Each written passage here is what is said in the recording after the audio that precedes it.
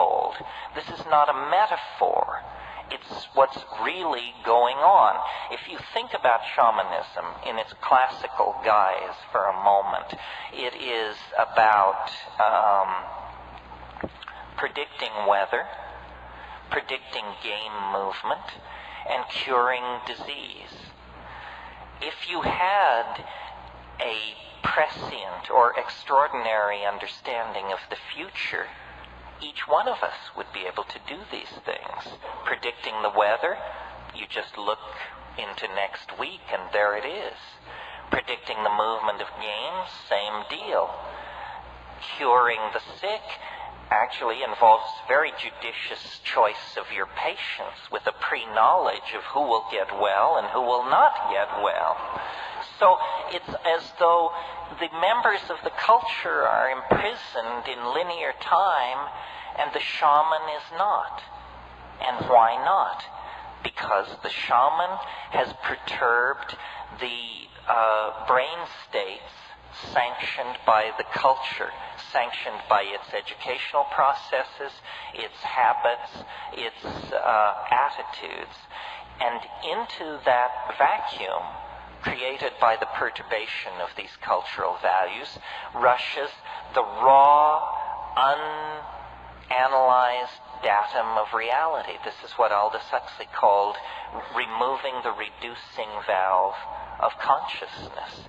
And suddenly, culture is seen to be a relative phenomena. The stockbroker, no different from the rainforest shaman, each somewhat similar to the Trobriand islander or the Eskimo. Culture is simply clothing upon the human experience, but the human organism, outside the confines of culture, in a direct relationship to nature, transcends time and space.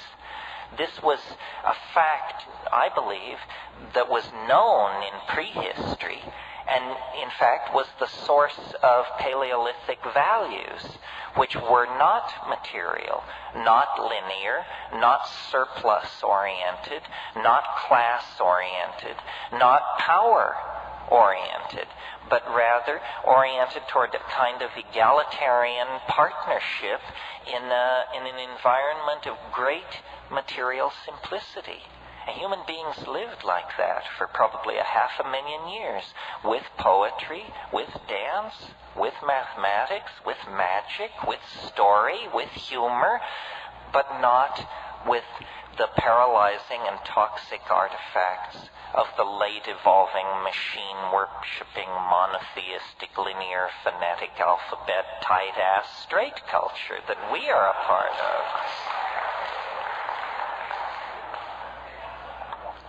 So now, at a kind of moment of great cultural challenge and dynamic for Western civilization, which has for 1,000 years called all the shots and shoved itself down everybody's throat, whether they liked it or not. In the last 100 years, through the science of anthropology and ethnography and ethnomedicine and botany, the news has arrived that these quote-unquote primitive people are in fact master technicians of journeying into a world of the neurological imagination, a world we didn't even know exists, a world that is as distant to us as the world at the heart of the atom is from the rainforest fisherman. And because our own cultural values seem a little shoddy at this moment, those on the fringes of Western civilization have begun to seek alternatives, begun to look at alternative religions, yoga, tantra, Buddhism, Zen, whatever, alternative approaches to diet, vegetarianism, macrobiotics, so forth and so on, and alternative approaches to authentic experience, which means psychedelics. In the early stage of psychedelic involvement, everyone was sort of flying under the banner of hands-on Freudianism, or hands-on Jungianism. We're going to see those archetypes. We're going to confront those sexual repressions. We're going to journey into those traumatic childhood memories. Now, it's understood, I think, that those metaphors were fairly inadequate, and that actually we stand on the brink of an unexplored landscape of planetary size. The world of the High Paleolithic, which is a Gaian world, a world of feeling, not analytical intellectual constructs, but a world of empowered feeling, empathy, and intuitive understanding, an understanding that doesn't arise in a context of Greek logic, but in a context of animal knowing, in the authentic mode of the body.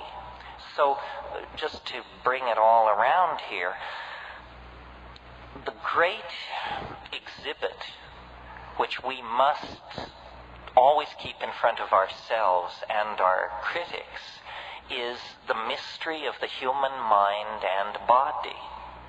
No one knows how it is that I can command my hand to make a fist and that it will do that. I mean, that's mind over matter. That's the violation of every scientific principle in the books.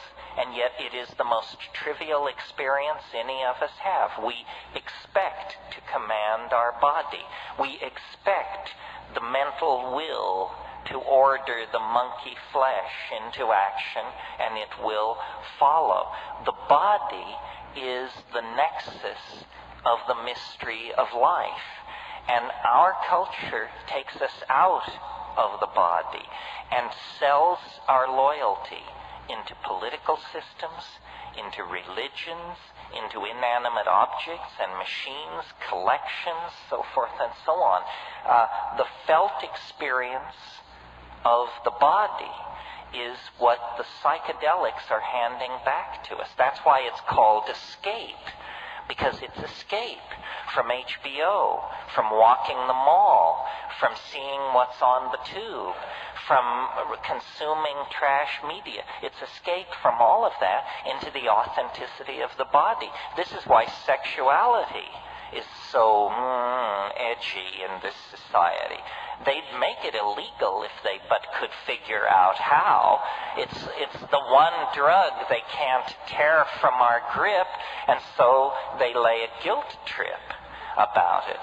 But sexuality and psychedelics, by carrying us back to an authentic sense of the body, carry us back to the domain of authentic values.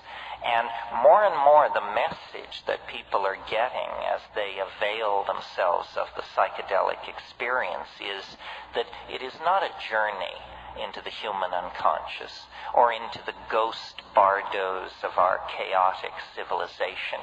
It's a journey into the presence of the Gaian mind, that the earth is a coherent whole.